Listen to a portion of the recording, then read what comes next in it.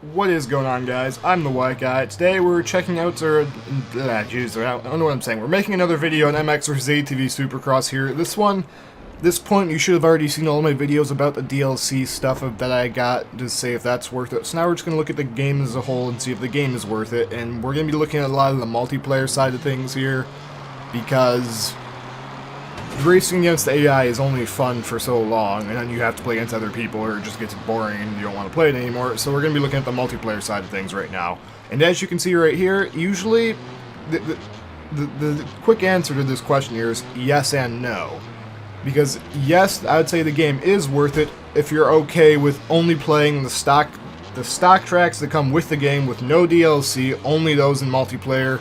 If you're okay with that, yes, it is worth it. If you want to play the DLC Supercross tracks in multiplayer, which I'd say are way more fun, way better tracks, no, it's not going to be worth it because I haven't found a lobby in there yet, because I've sat in there for like half an hour and nobody showed up because nobody apparently has those tracks, and there's no lobbies there. You can never find a game for it, and we'll make that case with a couple other things later in this video here. It shouldn't be too long as we just get the thing pulled up in Vegas so we can see what's going on. Yes, but anyway, the Supercross tracks like we're on right now here, this is where you can find lobbies.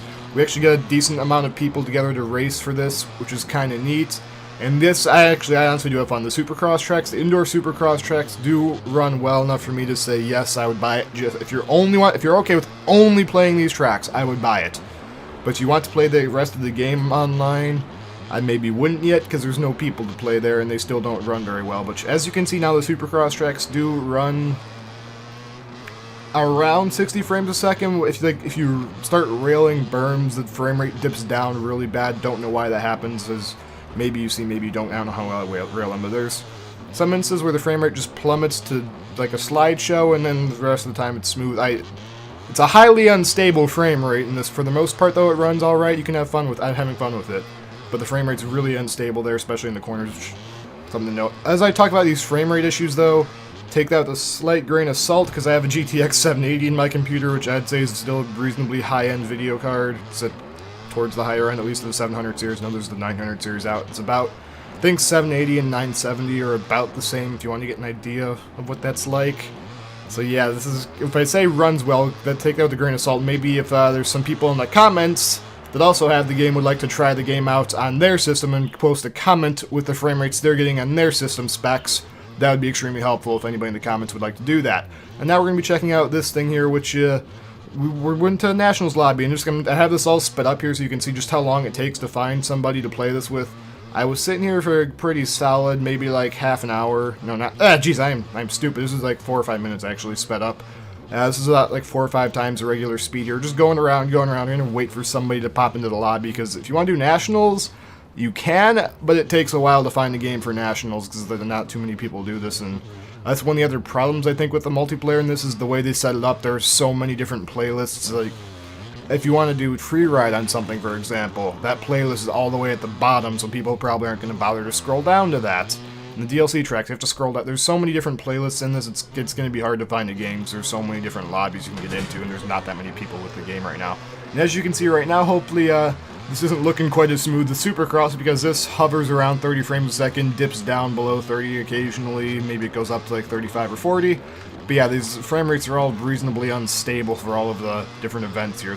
Hopefully you don't just notice that professional cutoff right there, because my other self, that version, we started rambling on about something stupid and irrelevant, so I cut that version off, and now we're just going to cut back in with this version of me.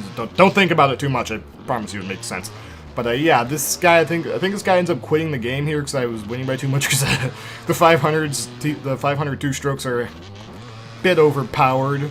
I wouldn't say nerf them, because they've done Supercross tracks, they just get destroyed by 450s. But in Nationals, the 500 two-strokes just, I'm not that good at this game, as you saw the Supercross races, and I was just able to run away with it. Those things are so fast. Like on the Nationals courses, the 500s will just blow away the 450s, but on Supercross tracks, the 450s will just dominate it. Anyways, I think soonish here we're gonna check out Rhythm Racing, which there's a fun story in there.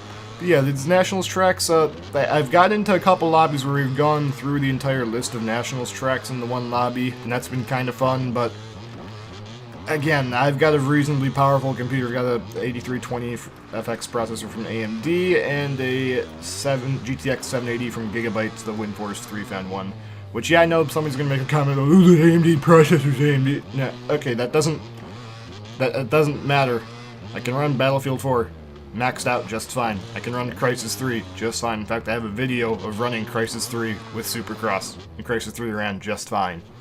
So that's not the problem here. But anyway, we're checking out. We should be cutting over to the whatchamacallit, rhythm racing, which this thing could be fun, but again, frame rate here not so good. It hovers right around 30, usually dipping below that occasionally. Maybe goes up to 45, but it's usually 30. 30 seems to be the average, something around there.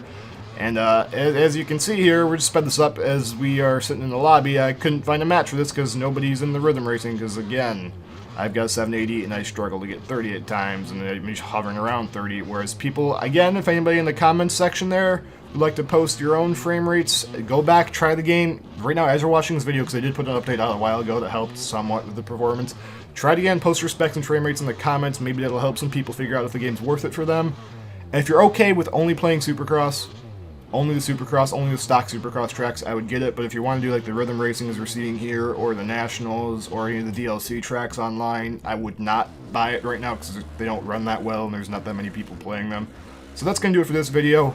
Hopefully this isn't like another hour-long thing, and this was a nice short video to the point of whether or not you should buy the game.